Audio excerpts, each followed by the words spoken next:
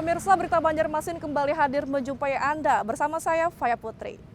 Sejumlah berita aktual dan beberapa informasi menarik lainnya telah kami siapkan untuk Anda. Berikut berita utama hari ini.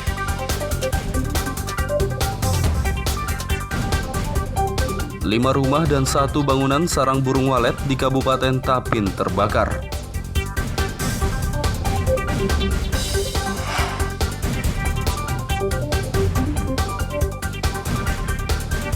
Diduga memalsukan tanda tangan mantan Kepala Dinas Perikanan Kabupaten Kota Baru, PT Taspen Banjarmasin dilaporkan ke OJK.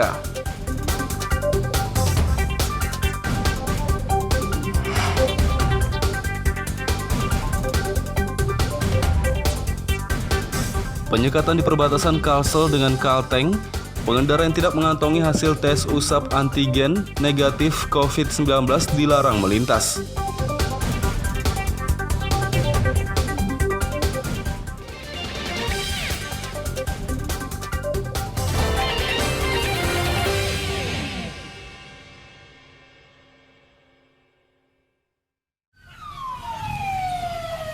Si jago merah berkobar di permukiman padat penduduk kawasan Rantau Kiwa, Kecamatan Tapin Utara, Kabupaten Tapin pada akhir pekan lalu. Kebakaran yang terjadi pada sekitar pukul 16.40 WITA tersebut menghanguskan 5 rumah dan 1 bangunan sarang burung walet. Salah satu pemilik rumah, Ganda Rusnadi, mengatakan api bermula muncul dari rumah tetangganya dan hanya beberapa menit saja api sudah membesar dan merembet ke rumahnya. Ia pun hanya bisa menyelamatkan sebagian dari perabotan di rumahnya. Datang api itu di situ, di belakang yang belakang, rumah belakangnya itu yang abang itu. Ada orangnya teh sebelahnya Langsung nyarap dong. Jadi udah bape, turun mangkat di barang taruhnya, sudah sampai ke sini udah api. Sudah sampai muka sudah lah. Mangkat IP, udah sampai sebelah. Nyapa sebelah dulu apinya. Di sisi lain, Kasih Pencegahan dan Penanggulangan Kebakaran BPBD Kabupaten Tapin, Idi Amin Aziz, mengatakan dari 5 unit rumah yang terbakar, 2 diantaranya hangus 100% dan 3 lainnya 50%. Sedangkan bangunan sarang burung walet terbakar sekitar 60%. Terbakar semua kah? Terbakar semua 100%? 100% 2 orang. Yang lainnya? Yang lainnya ada 50, ada 70, ada 50%. Ya, diperkirakan berapa? Kerugiannya? Kerugian. Kerugiannya Bisa dihitung bang? ratusan juta. Asli. 1 buah rumah 100 juta bang lagi? 100 jutaan. Ya. Berawal dari mana diperkirakan? Berawal dari Kasmiyah. Sampai tengah. Kayu semua kan nih bang? Ada permanen 1 buah. Yang lain nggak semua. Ada korban jiwa kan? Ada korban jiwa, ada. Tidak ada korban jiwa dalam peristiwa ini, namun kerugian ditaksir mencapai ratusan juta rupiah, sedangkan penyebab kebakaran belum diketahui.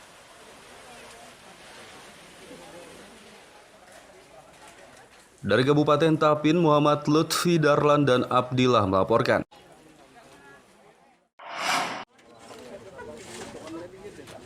Kebakaran di kawasan Rantau Kiwa, Kecamatan Tapin Utara, Kabupaten Tapin telah menghanguskan 5 rumah dan 1 sarang burung walet.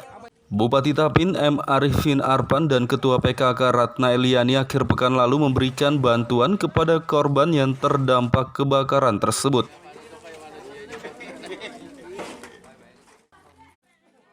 Bupati Tapin M. Arifin Arpan bersama Ketua PKK Ratna Eliani akhir pekan lalu langsung datang ke lokasi kebakaran untuk memberikan bantuan kepada korban yang terdampak kebakaran di kawasan Rantau Kiwa, Kecamatan Tapin Utara. Adapun bantuan yang diberikan oleh Bupati Tapin seperti sembako dan uang tunai, sedangkan Ketua PKK Tapin memberikan bantuan berupa pakaian bekas layak pakai dan pakaian baru. Ketua PKK Tapin Ratna Eliani berharap korban kebakaran dapat bersabar dan tabah menghadapi musibah ini. Ia juga mengimbau agar warga lebih teliti saat meninggalkan rumah yakni dengan memastikan kondisi rumah dalam keadaan aman dari musibah kebakaran terlebih dahulu. Mereka sabar menghadapi cobaan ini. Mudah-mudahan mereka bisa tetap tenang dalam menghadapi semua cobaan ini. Dan kami semua mendoakan dari seluruh, baik dari pemerintah Kabupaten Tapin maupun saya selaku Ketua Tim Penggerak PKK Kabupaten Tapin juga turut berbelasungkawa atas musibah yang waktu memasak di dapur sudah padam apinya, dan jangan sampai kejadian ini terulang kembali. Mudah-mudahan masyarakat menjadi pelajaran dengan kejadian. Selain menyerahkan bantuan pribadi, Bupati dan Ketua PKK Tapin juga menyerahkan bantuan dari Kementerian Sosial kepada masing-masing keluarga yang terdampak kebakaran.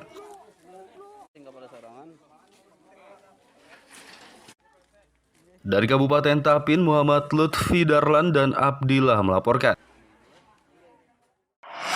Api berkobar, laba-laba TKM bersama rekanan 0888. Selain di Kabupaten Tapin, kebakaran juga terjadi di Martapura, Kabupaten Banjar, dan menghanguskan 3 rumah pada Sabtu malam. Kobaran api disertai asap pekat mengepul di kawasan Gang Famili, Martapura, Kabupaten Banjar pada Sabtu malam sekitar pukul 23 WITA.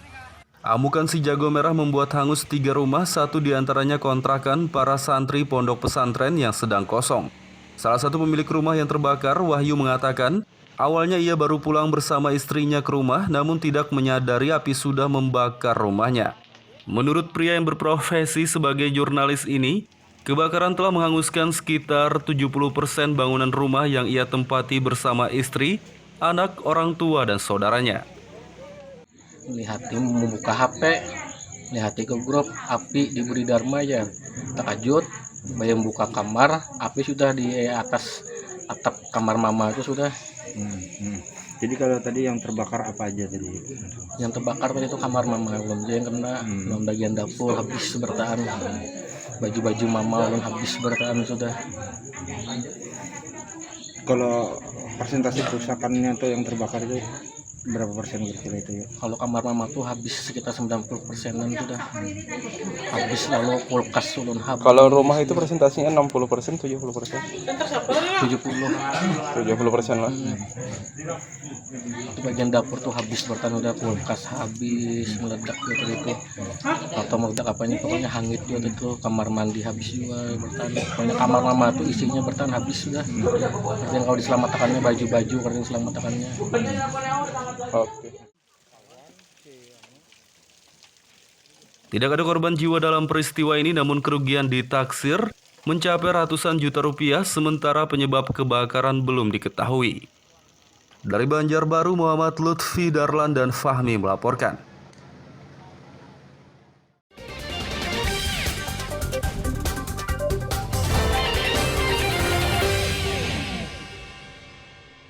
Pemirsa, masih bersama kami dalam Berita Banjarmasin. Bagi Anda yang baru bergabung, berikut Berita Banjarmasin utama hari ini.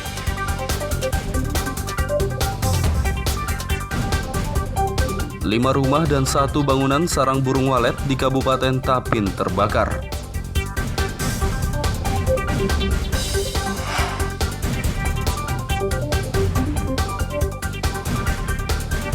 Diduga memalsukan tanda tangan mantan Kepala Dinas Perikanan Kabupaten Kota Baru, PT Taspen Banjarmasin dilaporkan ke OJK.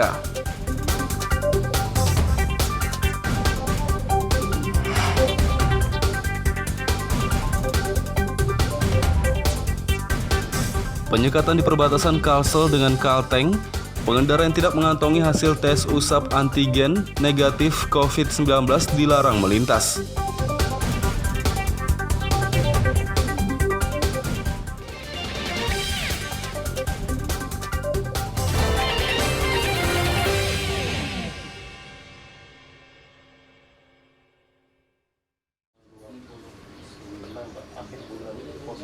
Mantan Kepala Dinas Perikanan Kabupaten Kota Baru Zainal Arifin melaporkan PT Tabungan dan Asuransi Pegawai Negeri Taspen Banjarmasin ke Otoritas Jasa Keuangan OJK karena diduga memalsukan tanda tangannya.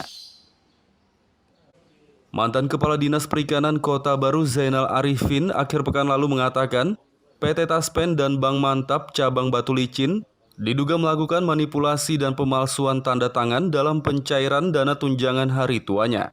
Karena tanpa koordinasi maupun konfirmasi dengan dirinya, PT Taspen mencairkan dana tunjangan hari tuanya ke rekening Bank Mantap Batu Licin atas nama dirinya, padahal ia tidak memiliki rekening di bank tersebut.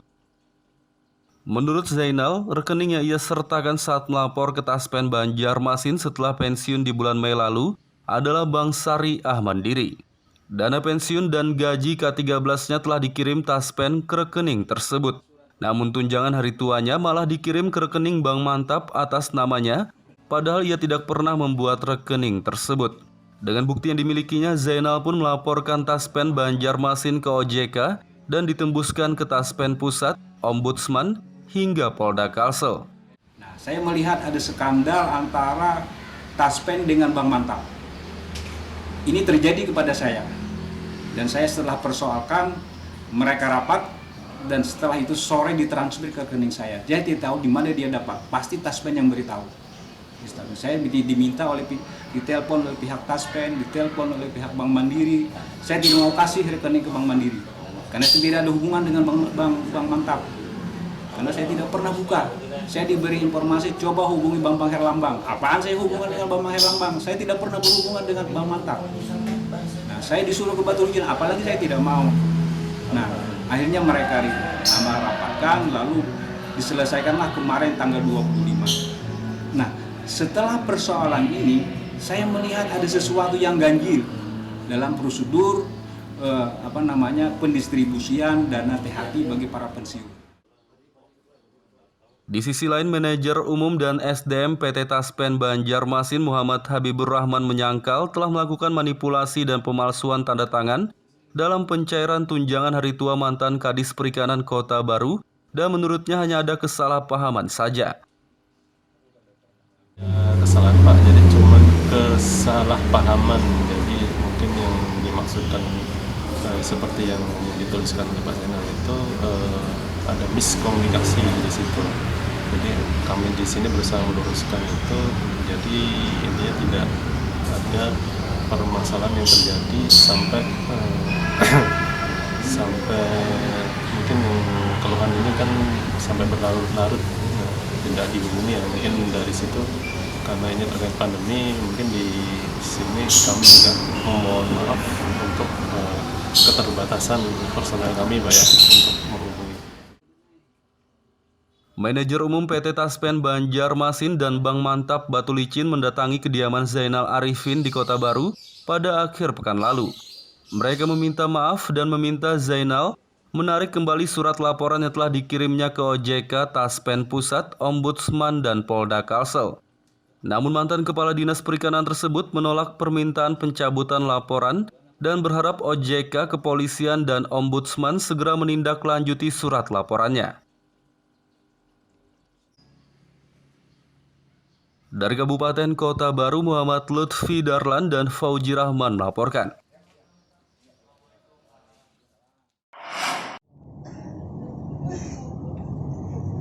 Salah satu kepala dinas di Kabupaten Hulu Sungai Selatan HSS dilaporkan istrinya berinisial AN ke Polres Banjarbaru karena diduga telah melakukan kekerasan dalam rumah tangga KDRT secara psikis. Ya, Bu. Kuasa hukum Hastati Pujisari menjelaskan, KDRT yang dialami kliennya AN dalam bentuk psikis bukan kekerasan secara fisik yang meninggalkan luka atau memar. Menurutnya KDRT psikis yang dialami kliennya telah dilaporkan pada 9 Juni 2021 lalu ke Polres Banjarbaru berkenaan dengan nafkah yang tidak layak untuk korban hingga kliennya ditalak melalui pesan singkat WhatsApp dan ditinggalkan dalam kondisi pasca keguguran. Selama berumah tangga dengan terlapor, kliennya juga menerima tekanan dalam rumah tangga dan tidak boleh berorganisasi dalam lingkup kerja suaminya yang merupakan kepala di salah satu dinas Kabupaten Hulu Sungai Selatan tersebut. Berdasarkan hasil pemeriksaan psikiater, kliennya dinyatakan mengalami depresi tingkat sedang. Istrinya ternyata tidak dimasukkan dalam daftar gaji, sehingga istrinya mengalami tekanan psikis. Kemudian selama berumah tangga juga dia tidak diberikan nafkah yang layak, sering mendapatkan tekanan atau pressure dari suaminya. Pressurnya itu antara lain, satu, dia tidak boleh ikut aktif dalam kegiatan Dharma Wanita di SKPD-nya. Kemudian dia selalu dibanding-bandingkan dengan istrinya yang almarhumah itu. Dan yang ketiga, dia diminta untuk merubah seluruh lifestyle dia yang sudah ada, harus ikut nurut dengan suaminya.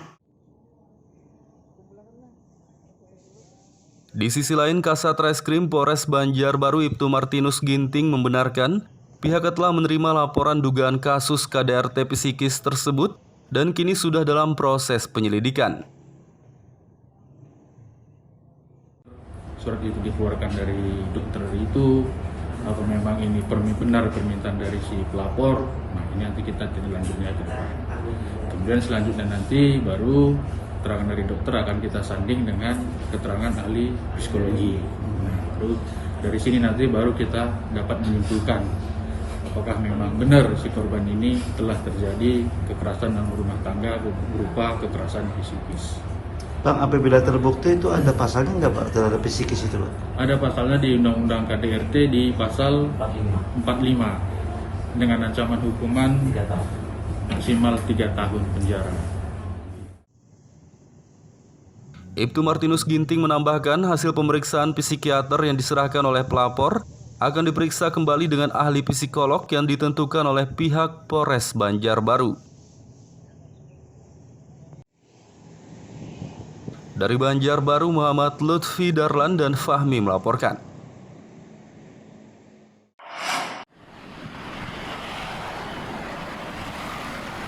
Keputusan Pengadilan Agama kelas 1A Banjarmasin dinilai tidak adil oleh salah satu aparatur sipil negara ASN Pemprov Kalsel berinisial BMA. BMA pada akhir pekan lalu di Martapura, Kabupaten Banjar mengatakan kasus perceraiannya bersama mantan istrinya berinisial SNH disetujui BKD Provinsi Kalsel dan diajukan ke Pengadilan Agama kelas 1A Banjarmasin. Sebagai pemohon, ia merasa keberatan atas putusan Majelis Hakim Pengadilan Agama kelas 1A karena tuntutan mantan istrinya berinisial SNH melalui rekonvensi dinilai memberatkannya. Bahkan ia menduga ada putusan yang melanggar peraturan pemerintah atau PP. Majelis Hakim Pengadilan Agama kelas 1A Banjarmasin memutuskan mengenai nafkah idah sebesar 20 juta rupiah, padahal sebelumnya ia bersama termohon sepakat hanya 15 juta rupiah saja di hadapan hakim mediator. Kemudian Majelis Hakim juga memutuskan nafkah terhutang sebesar 72 juta rupiah. Padahal selama perkawinan semua gajinya sebagai ASN masuk ke si termohon karena kartu ATM-nya dipegang oleh si termohon sehingga tidak ada nafkah terhutang. Selain itu Majelis Hakim juga memutuskan nafkah untuk anaknya setiap bulan 3 juta rupiah dan naik setiap tahunnya 10%. Ia menduga putusan ini melanggar peraturan pemerintah atau PP karena gajinya hanya Rp3.075.000 saja. Menurutnya berdasarkan PP 10, ASN yang bercerai wajib menafkahi anaknya 30% saja. BMA menyatakan ia akan melakukan upaya hukum banding terhadap putusan tersebut dan ia berharap pihak yang berwenang menindaklanjuti dugaan pelanggaran PP berkenaan putusan Majelis Hakim Pengadilan Agama kelas 1A Banjarmasin dalam kasus perceraiannya. Untuk nafkah terhutang sebanyak 72 juta itu kami juga bingung kenapa Pengadilan Agama memutuskan kayak gitu. Sebenarnya kan kami selama dari awal menikah sampai berpisah pun nggak pernah menafkahi selama sebulan, bahkan ATM pun dia pegang. Jadi selama 2 tahun lebih dari awal menikah sampai 20 tahun lebih berpisah itu nafkah sebenarnya masuk aja, dan hutang pun sebenarnya udah nggak ada Kak. Karena keputusan ini yang tidak adil, kami kan keberatan dan kami kemungkinan akan selanjutnya akan bukan melaporkan tapi menindaklanjuti masalah ini ke instansi yang terkait. Mungkin kami akan minta telusuri masalah ini. Di sisi lain, Hakim Ketua Mas Muntiara saat ditemui di Pengadilan Agama Kelas 1A Banjarmasin akhir pekan lalu mengatakan, putusan majelis hakim di dalam kasus perceraian BMA dan SNH telah sesuai hukum acara. Kalau perkara ini ya, hampir sebuah perkara yang kami tangani itu, kami itu berdasarkan hukum acara. Jadi apa yang sudah kami laksanakan dari masuknya permohonan, kemudian sampai jawab-menjawab, replik-replik dan sebagainya, sampai pembuktian, sampai kami mengambil kesimpulan dan majelis mengambil kesimpulan sesuai dengan bukti-bukti yang ada dan fakta-fakta hukum yang kami terima. Jadi setelah itu baru kami membuat putusan. Putusan itu pun berdasarkan SEMA, berdasarkan Perma, berdasarkan undang-undang, dan sudah kami cukup merasa dengan sesuai hukum acara yang ada. Mas Muntiara menambahkan pihak yang keberatan dengan putusan majelis hakim bisa melakukan upaya banding.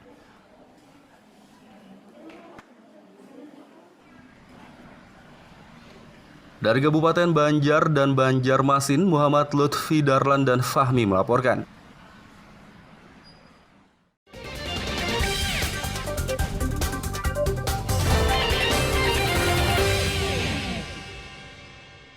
Pemirsa, masih bersama kami dalam Berita Banjarmasin. Bagi Anda yang baru bergabung, berikut Berita Banjarmasin utama hari ini.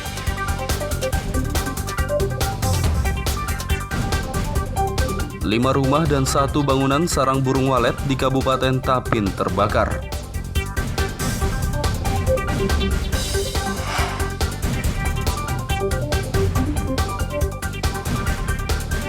Diduga memalsukan tanda tangan mantan Kepala Dinas Perikanan Kabupaten Kota Baru, PT Taspen Banjarmasin dilaporkan ke OJK.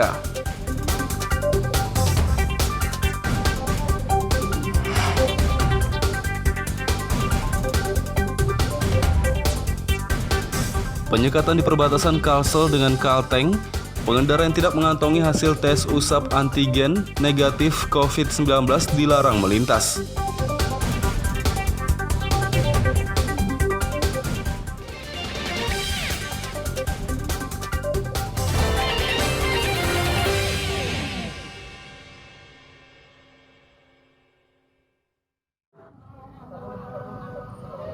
Tim gabungan TNI, Polri, Dinas Perhubungan, dan Dinas Kesehatan Kabupaten Barito Kuala Batola menggelar penyekatan di perbatasan antar Provinsi Kalimantan Selatan Kalsel dengan Kalimantan Tengah Kalteng pada Sabtu pagi.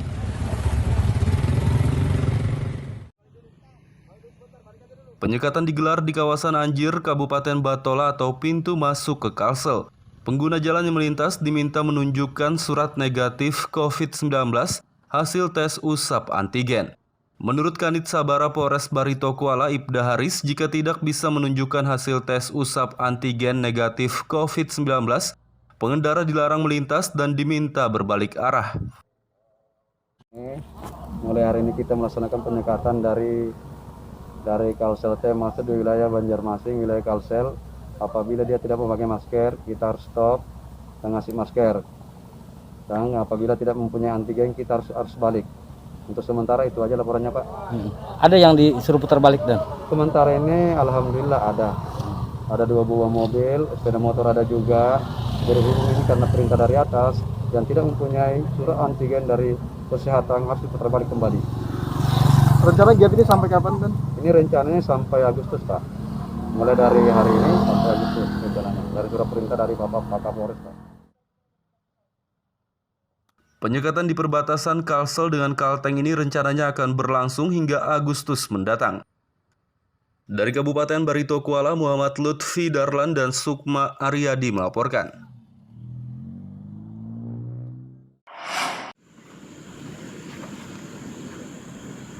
Pemerintah Kalimantan Selatan bersama seluruh pemerintah kabupaten dan kota Kalimantan Selatan akhir pekan lalu menggelar acara revolusi hijau dengan penanaman 1 juta pohon secara serentak. Di Kota Banjarbaru, kegiatan revolusi hijau penanaman 1 juta pohon digelar di lapangan Yonif 623, Bakti Wira Utama di kawasan Sungai Ulin, Banjarbaru Utara. Kegiatan penanaman dimulai dengan apel bersama dipimpin Dandim 1006 Martapura Letkol Infantri Imam Muhtarom, diikuti Wali Kota Banjarbaru Aditya Mufti Arifin, Kapolres Banjarbaru AKBP Doni Hadi Santoso, Kepala Kejari Banjarbaru Andri Irawan, Kepala PN Banjarbaru Beni Sudarsono, dan Yonif 623 BPBD, pelajar dan relawan lainnya. Dandim 1006 Martapura Letkol Infantri Imam Muhtarom mengatakan, revolusi hijau penanaman 1 juta pohon di Kalimantan Selatan akan rutin dilaksanakan di Kota Banjarbaru. Menurutnya penanaman pohon sangat penting untuk menjaga dan melestarikan lingkungan. Untuk itu ia pun mengimbau kepada semua masyarakat agar senantiasa menanam pohon demi keberlangsungan hidup yang akan diwariskan kepada anak cucu di masa mendatang. Dengan tema revolusi hijau untuk Kalimantan Selatan, ini dilaksanakan secara rutin nantinya. Jadi setiap ada pohon yang ada kita tanam. Judulnya tanam gitu. Segera ikut dengan kita lah, bergabung dengan kita melestarikan wilayah Kalimantan Selatan, utamanya Banjarbaru pada khususnya ya. Jadi rajinlah menanam untuk generasi yang akan datang, untuk anak cucu kita. Ini pohon kelengkeng. Di sisi lain, Wali Kota Banjarbaru Aditya Mufti Arifin menyatakan, penanaman pohon sangat bermanfaat tak hanya untuk kelestarian lingkungan, tapi juga mencegah bencana banjir. Adanya penanaman 1 juta pohon di Kalimantan Selatan dan khususnya di Kota Banjarbaru, ini bisa mengurangi bencana-bencana yang ada di daerah kita, begitu. Terutama berkaitan bencana banjir yang terjadi pada tahun 2021 ini. Ada lagi ya? Tadi kan pemerintah Kalimantan Selatan juga mencanangkan pencegahan COVID, gimana itu?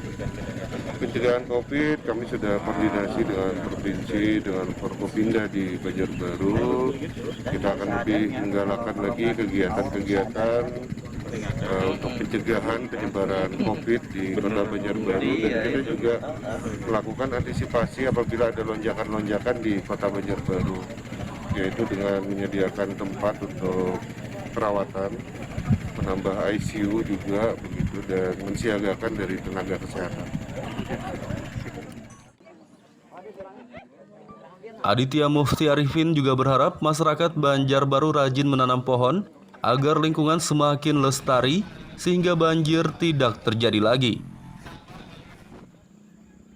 Dari Banjarbaru, Muhammad Lutfi Darlan dan Fahmi melaporkan.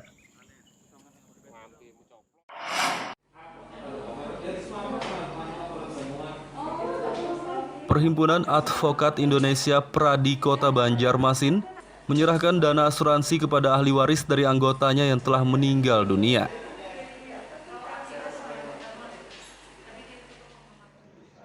Penyerahan dana asuransi kepada ahli waris anggota Pradi yang meninggal dunia berlangsung di salah satu gedung kawasan Kayu Tangi, Banjarmasin Utara pada akhir pekan lalu.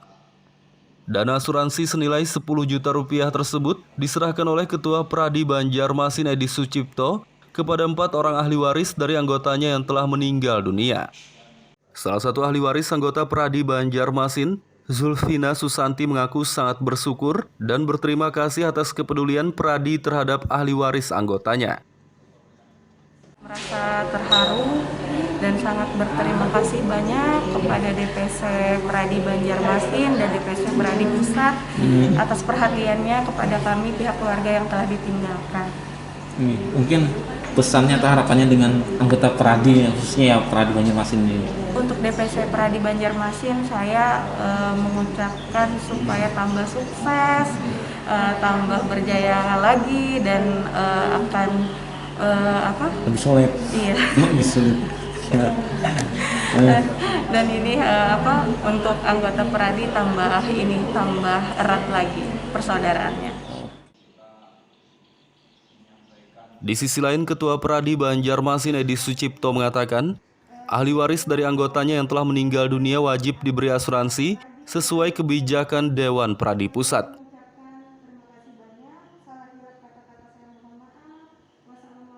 Kalau ada anggota kita yang meninggal mendapatkan santunan, nah ini kita sebagai kepanjangan dari DPN Pradi, DPC Banjarmasin mengucapkan terima kasih kepada DPN Pradi juga, yang mana bapak kami, anggota-anggota kami bisa menerima dengan baik. Itu kita ya merasa terima kasih, bukan nilai yang kita lihat, tapi konsekuensinya. Intinya Pradi itu berarti memang ya peduli benar terhadap anggotanya. Anggaplah ucapan dan tindakan sesuai dengan kenyataan. Ya kita kalau seperti ini kita juga bangga dengan Pradi. Pradi Bangoto memang bagus, baik, konsekuen sampai ke daerah-daerah, apa yang disampaikan, apa yang dijanjikan, apa yang sesuai dengan aturan yang ada itu bisa dilakukan. Tujuan dari pemberian dana asuransi ini yakni untuk meringankan beban hidup si ahli waris anggota Pradi yang telah meninggal dunia. Dari Banjarmasin, Muhammad Lutfi Darlan dan Hafiz Rahman melaporkan.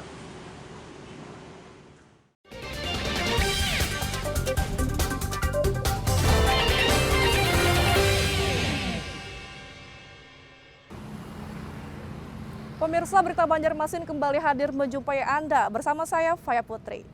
Sejumlah berita aktual dan beberapa informasi menarik lainnya telah kami siapkan untuk Anda. Berikut berita utama hari ini.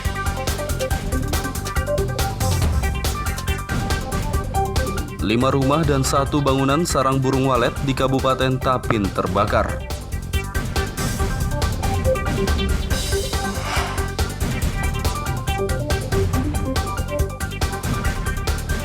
Diduga memalsukan tanda tangan mantan Kepala Dinas Perikanan Kabupaten Kota Baru, PT Taspen Banjarmasin dilaporkan ke OJK.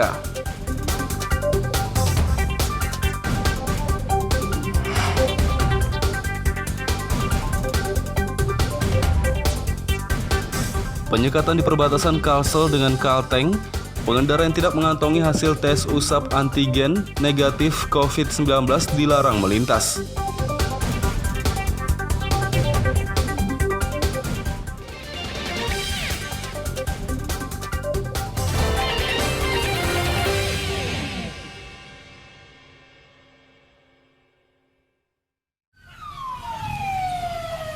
Si jago merah berkobar di permukiman padat penduduk kawasan Rantau Kiwa, Kecamatan Tapin Utara, Kabupaten Tapin pada akhir pekan lalu.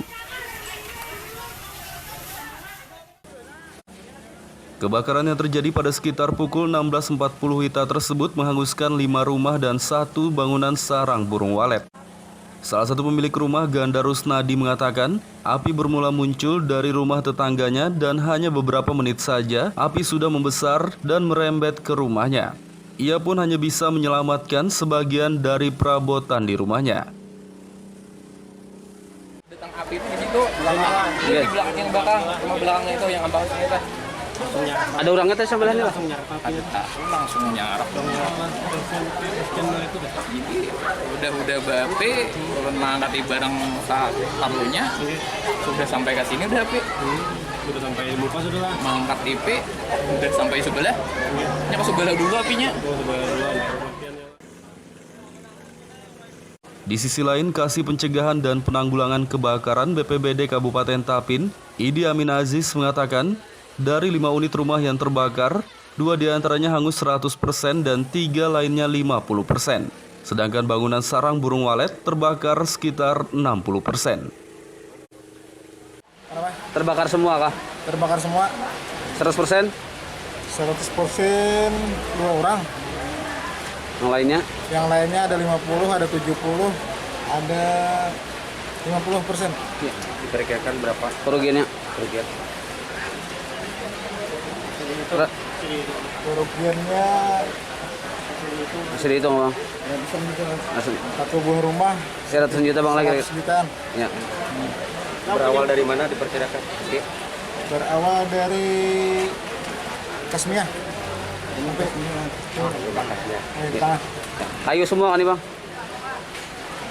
Ada permanen 1 buah, yang lain nggak semua. Ada korban jiwa kan? Ada korban jiwa, ada. Tidak ada korban jiwa dalam peristiwa ini, namun kerugian ditaksir mencapai ratusan juta rupiah, sedangkan penyebab kebakaran belum diketahui.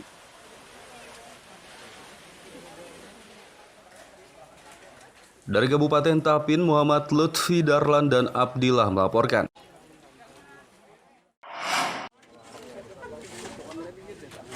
Kebakaran di kawasan Rantau Kiwa, Kecamatan Tapin Utara, Kabupaten Tapin telah menghanguskan 5 rumah dan 1 sarang burung walet.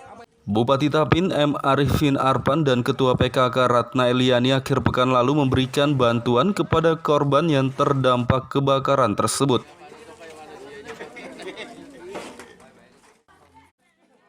Bupati Tapin M. Arifin Arpan bersama Ketua PKK Ratna Eliani akhir pekan lalu langsung datang ke lokasi kebakaran untuk memberikan bantuan kepada korban yang terdampak kebakaran di kawasan Rantau Kiwa, Kecamatan Tapin Utara.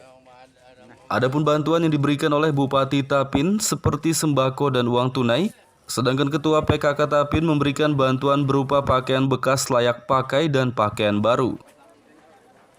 Ketua PKK Tapin Ratna Eliani berharap korban kebakaran dapat bersabar dan tabah menghadapi musibah ini. Ia juga mengimbau agar warga lebih teliti saat meninggalkan rumah, yakni dengan memastikan kondisi rumah dalam keadaan aman dari musibah kebakaran terlebih dahulu. Mereka tabah, sabar menghadapi cobaan ini. Mudah-mudahan mereka bisa tetap tenang dalam menghadapi semua cobaan ini. Dan kami semua mendoakan dari seluruh, baik dari pemerintah Kabupaten Tapin maupun saya selaku Ketua Tim Penggerak PKK Kabupaten Tapin juga turut berbelasungkawa atas musibah yang di waktu memasak di dapur sudah padam apinya, dan jangan sampai kejadian ini terulang kembali. Mudah-mudahan masyarakat menjadi pelajaran dengan kejadian. Selain menyerahkan bantuan pribadi, Bupati dan Ketua PKK Tapin juga menyerahkan bantuan dari Kementerian Sosial kepada masing-masing keluarga yang terdampak kebakaran.